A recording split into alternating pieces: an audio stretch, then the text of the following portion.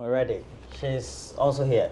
Charlie. Hello. Again, beautiful. Thank Hey, you. Again, thank you very much. All right. Yeah. Me, I haven't really seen her today. Yeah. We haven't been I paid. haven't seen you We haven't too. been paid yet. I am not seeing you. We haven't been paid yet, Why, so bro? I can't afford to see you. What's today?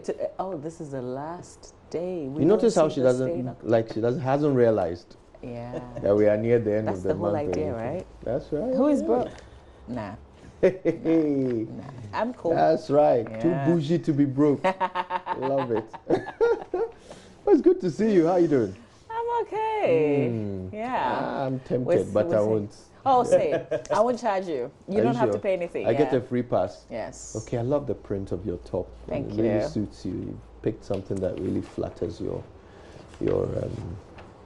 stature. Thanks a lot. Don't say too much, though. I think I'll end it going there. into the Because it's free, you see, so I'm trying to, But be mindful of harassment. Harassment. Yes. Okay. I love the dress. How does it look? Roland, hey! I'm saying I love it. This one is definitely sexual harassment. Oh, how? Comprehensive sexuality education. Kojo, if I file a complaint, you'll be my witness. Oh, are you bringing me into this? Of course I you're wasn't here. here. I was reading the Daily Statesman at the time. Public camera. This is my hidden camera. You see how we suffer.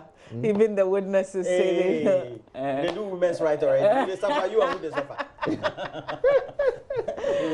Okay, guys, we've got the newspapers. I'll do the Daily Graphic and the Business Finder. All right. I have the Daily Statesman, the Ghanaian Times, and the Daily Guide. I'll do the Catalyst. No.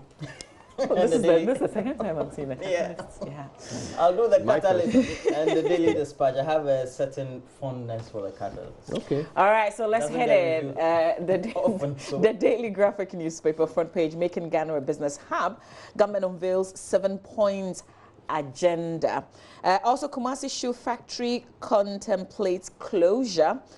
Don't allow the West to impose values on us, according to Speaker of Parliament. At his breakfast meeting. Well, we missed it on the AM show, but he said... I was there. Yeah. You still sat through, right? Mm-hmm. Okay. Yes.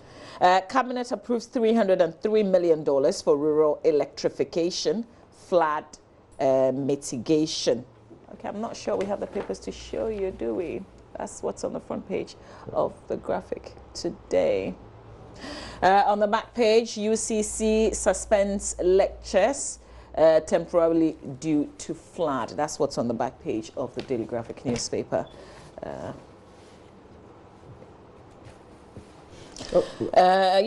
the story says authorities of the University of Cape Coast yesterday suspended lectures temporarily after portions of the university campus got flooded following 2 days of heavy downpour. Hours of rain in Cape Coast last Tuesday and yesterday led to flooding in some parts of the central regional capital, including the university campus. Also led to a number of people getting trapped in their homes. This is an entire country issue. It's not just in the capital or in the Ashanti region. Let's do the Business Finder now. Front page, economy won't slip back into a mess, President assures.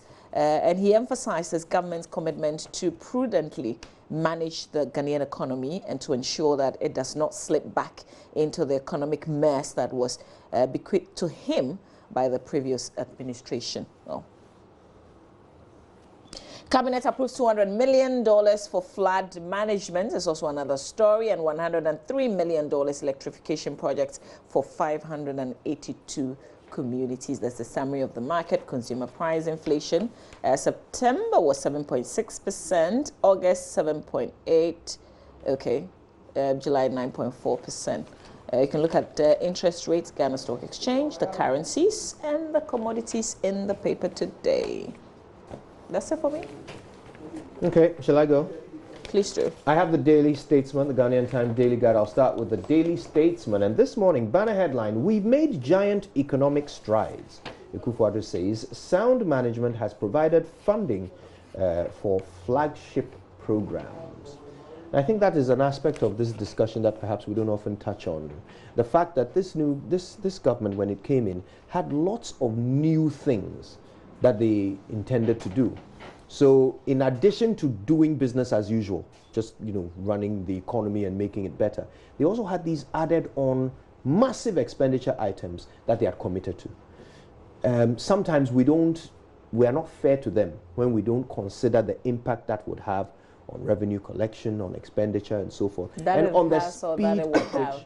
sorry? That it has or that it would have. That it we didn't consider the impact it would have, and I guess today if we are discussing it, that it has on the speed at which they can grow our economy. So growth figures are not very promising at the moment, and they're not promising at the moment. They're not promising at the moment, according to almost every analysis that's been done of it, including I'm talking about growth figures for this year. Well, based on our own projections. Indeed.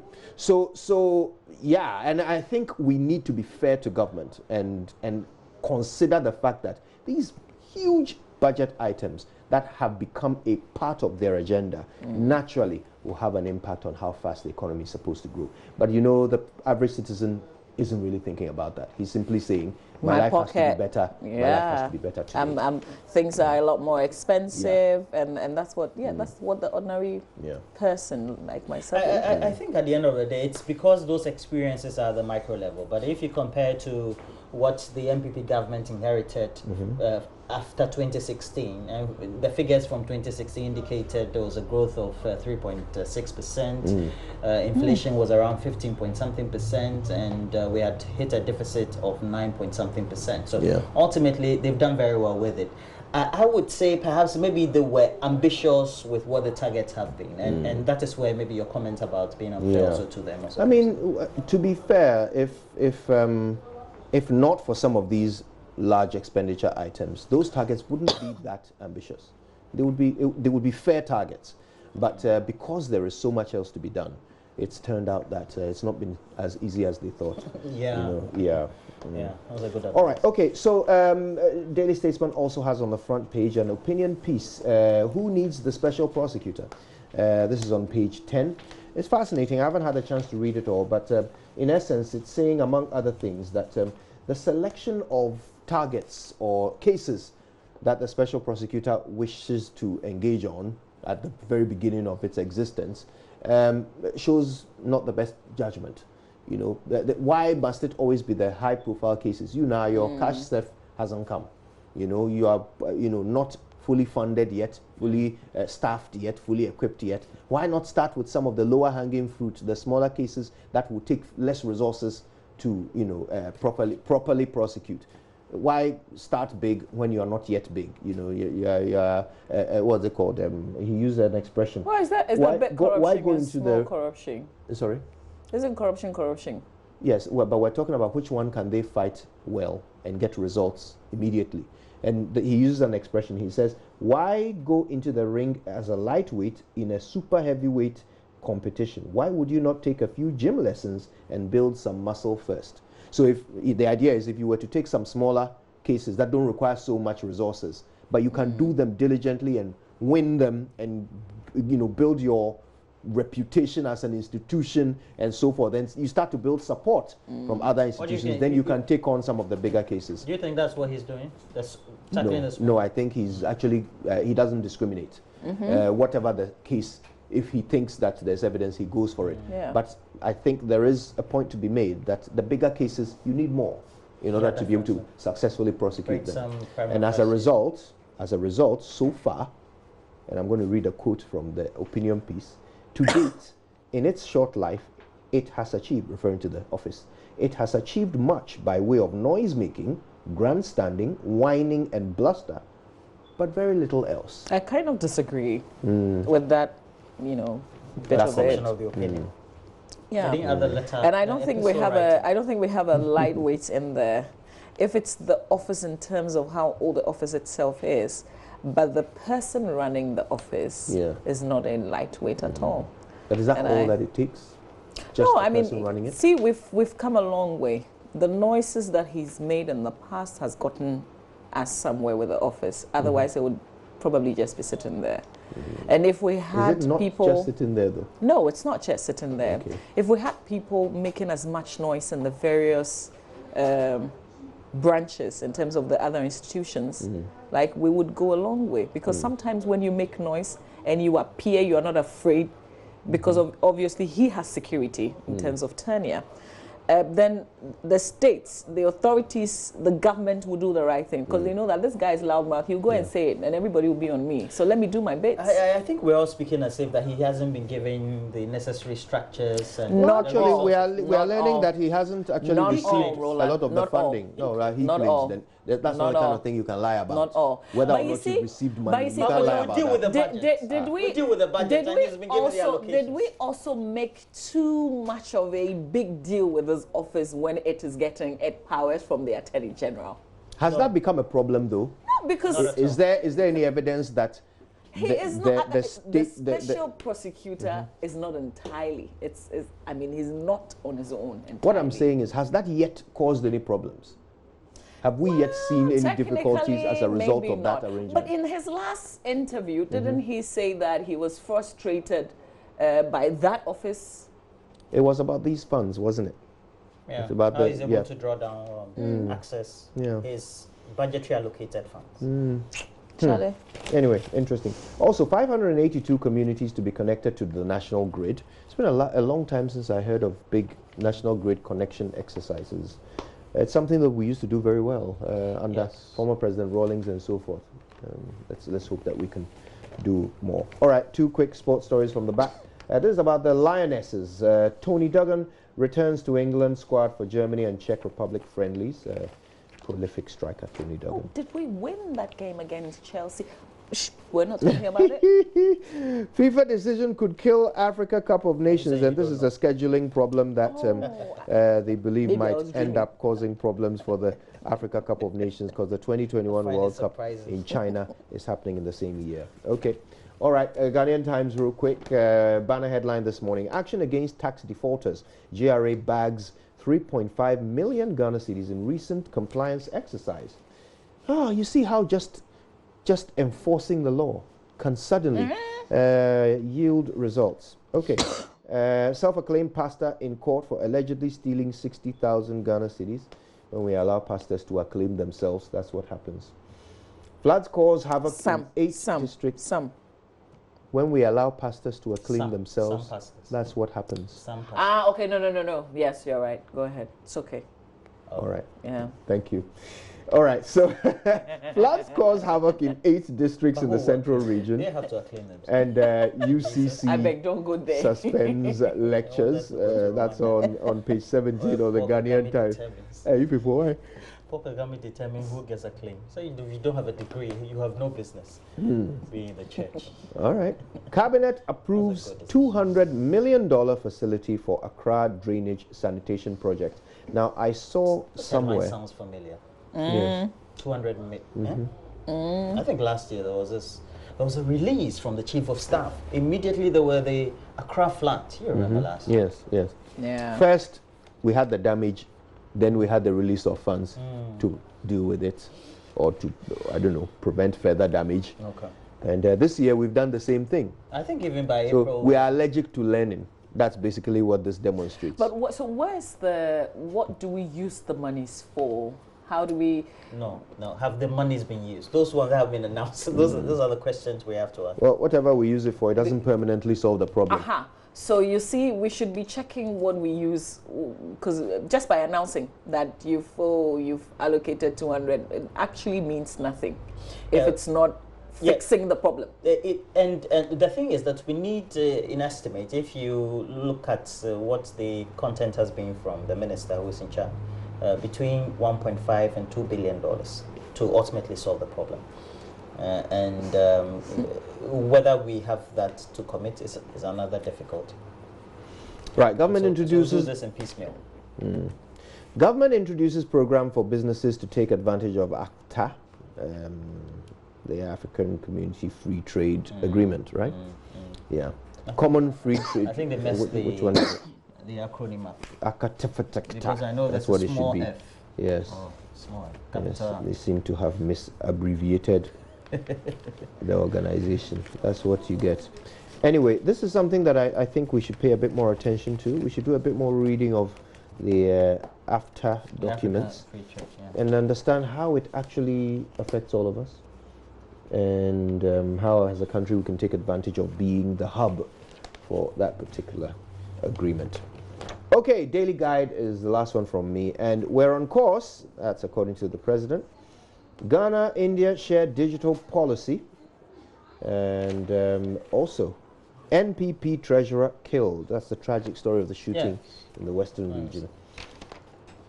Apia name squad against Bafana and Sao Tome. Mourinho for Arsenal job. No way. Oh. No way. No way. Hey. The way he plays is I wonder. far departure from the way Arsenal likes to play by way of philosophy. Dear. Kurt meets Nana, and that's but it's not a political party, it's a football team. So philosophy is so then. Well, teams Kurt have their meets Nana. philosophy. Presidents meets presidents. Akono replaces Tanko is a question. And that does it for me. Okay, let me quickly just run through. The Daily Dispatch has on the front page analysis of 200 constituency, the 10th in the series.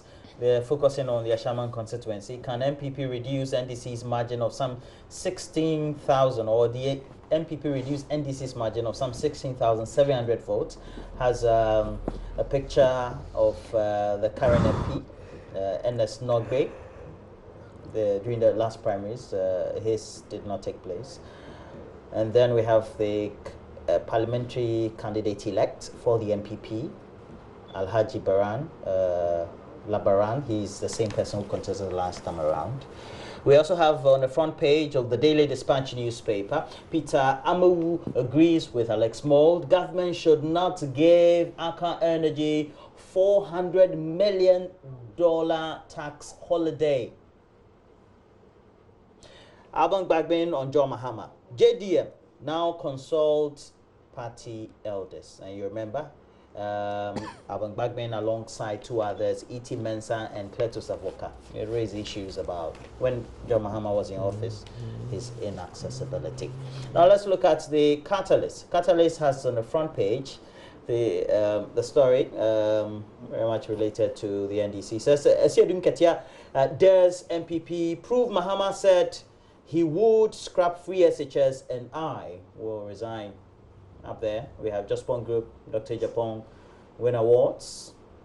Top secret recruitment into security services minority. Stop. Okay. Stop secret recruitment into security services. So the whole press conference that was convened by a spokesperson on security. EDF group to take over ECG. This is being speculated on the front page of the Catalyst. EDF is which one? The Enterprise? Is that it? It's not been stated in the story. That's it just says EDF. Yeah, it just says ECG. Okay. To take over what? EDF. EDS, ECG. So EDF is it's one of the companies energy that company in the it operates in among other countries, the UK. And they were among the 6, right? And they were disqualified. Yeah, definitely. So now they qualify. Well, they're going back to the 6, right? So isn't that what we had, that it was going to come from they'll that? select one. They would select one from the disqualified, the original disqualified. In the restricted tendering process. So that's what I'm saying. So what's the standard? Has the standard come down now in terms of who we want to take over? I think now it's been tightened. It's been tightened. But we go back to the same crop that we disqualified. Yes. It'll be interesting to see how we do the selection. Yeah. We've got 4 more minutes to 7. We have a little time to do Major Online or to touch base if anybody has a pick in the papers. No, well, I just happened to notice. You were at the speaker's place yesterday, and yes, his headlines seem to have been running. Yeah, he made some very interesting comments. He said, and he sort of issued a disclaimer that he is not among the people who recommend that LGBTQIA. I think there's now an IA on the end of it as well. He doesn't recommend that people. I don't know. Artificial intelligence. Intersex and asexual. Those who are in the middle. I don't know. I can't say I really am on top of the various genders that appear to pop up time and again. every time the conversation comes up. But what he was saying was that he's not one of those that calls for their, abuse or, beating or whatever. They are human beings. But they are human beings with deviant behavior. Those are his words. And that, so they need help. So he says they either need to be treated medically or exorcised, as in delivered. That's what he said? Spiritually, yes, yes. Quite controversial. You mean because, well, not exactly in terms of no, it's controversial. Maybe internationally. It's controversial. Maybe if you are saying that what medically treated, medically and exorcised. Yes, I've heard that before. That's a familiar. It is a controversial position that yes, I have also heard before, but it's controversial to suggest that a person's gender or a person's sexual preference, in this case, because he was actually speaking specifically about homosexuality, not even LGBTQ, but homosexuality, to suggest that it is a curable disease is controversial, because I don't know where he's getting the evidence from. So, because I was going to say, yeah, I don't know where he's getting the evidence from. Or the evidence that you can exorcise or deliver someone. Yeah, he has very strong views on it, naturally. But I'm still saying that those views are controversial because there isn't any documented evidence that you can cure someone of homosexuality or that you can we know people who exorcise it from somebody. I've read stories about people who have changed their preference and come back and shared some stories. I mean, there's stories going around. They've changed their. Yes. So I'm a girl and I like a boy, and then I come back and then I say I was going through all sorts of things. Yeah. So now they go back to being I like a boy. Yeah. Exactly. So the suggestion there is that perhaps there's more evidence that it's not possible to change than there is that it's possible to change. Oh, I don't know that. Okay. I don't know either. I've got to say I don't know either. But the one thing I want to say is this. We need to start asking ourselves that question, whether indeed we think people choose their sexual orientation or not. I think we've talked about this here before.